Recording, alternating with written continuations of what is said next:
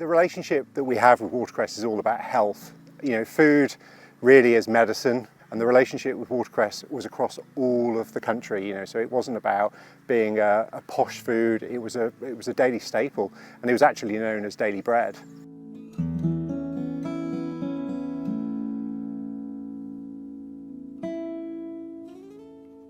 So we've been harvesting and growing watercress here commercially as an industry since probably the 1880s, but prior to that watercress would have been grown in areas that would have been a lot smaller than the Alresford setup is now, but the fact is it would have been grown all over the country. I think back in probably the 1920s there was about 1,000 farms nationwide. So watercress is grown using water, that's really important. So the process starts when we first sow the beds. So we have seed that we grow ourselves and produce ourselves because you just can't buy it. Once we've germinated the seed, we do that in a kind of a jacuzzi, which heats up the watercress seed, it pumps oxygen through it, and once it's just germinated, we then transfer those seedlings to the beds. The process can take up to 12 weeks in the coldest months, but during the summer, the crop could grow in around about 4 weeks because it comes back, it's like a regrowth. So what's quite unique about watercress is that the process of growing, it's a monoculture, it's growing in the same location time after time. So we're getting 5-6 crops a year, but this has been going on for sort of 140 years. And so the crop has never really changed, which is quite unique.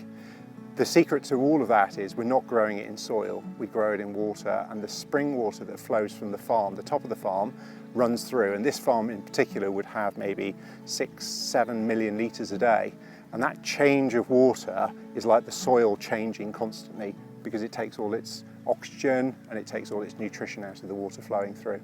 We're lucky we've got a lot of watercress that goes home every day, so it's super fresh. We just have it a lot in sandwiches, whether that's at breakfast or we put it on a plate and have it as just a very simple salad because it goes so well with many things. You know, at the end of a roast you can have a little bit of watercress and it mops up the gravy. But I suppose the best dish we think is the pesto because you can freeze it. So you make the pesto using fresh watercress, very similar recipe to a basil pesto, but then you can then put the pesto into ice cube containers and then you store it in the freezer. So when you have pesto pasta or any dish, you just pop them out and it thaws very quickly and it's great.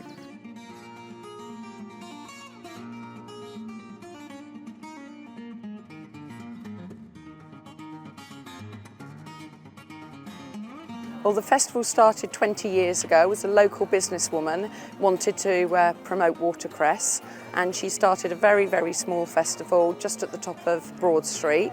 And we had 4 or 5 stalls and a tornado visited.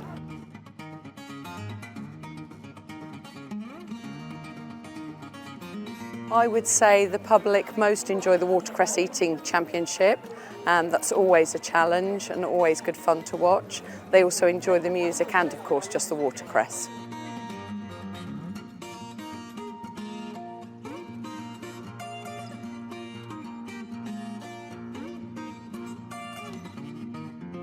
For me, the favourite way to eat watercress would be watercress soup with fresh crusty bread.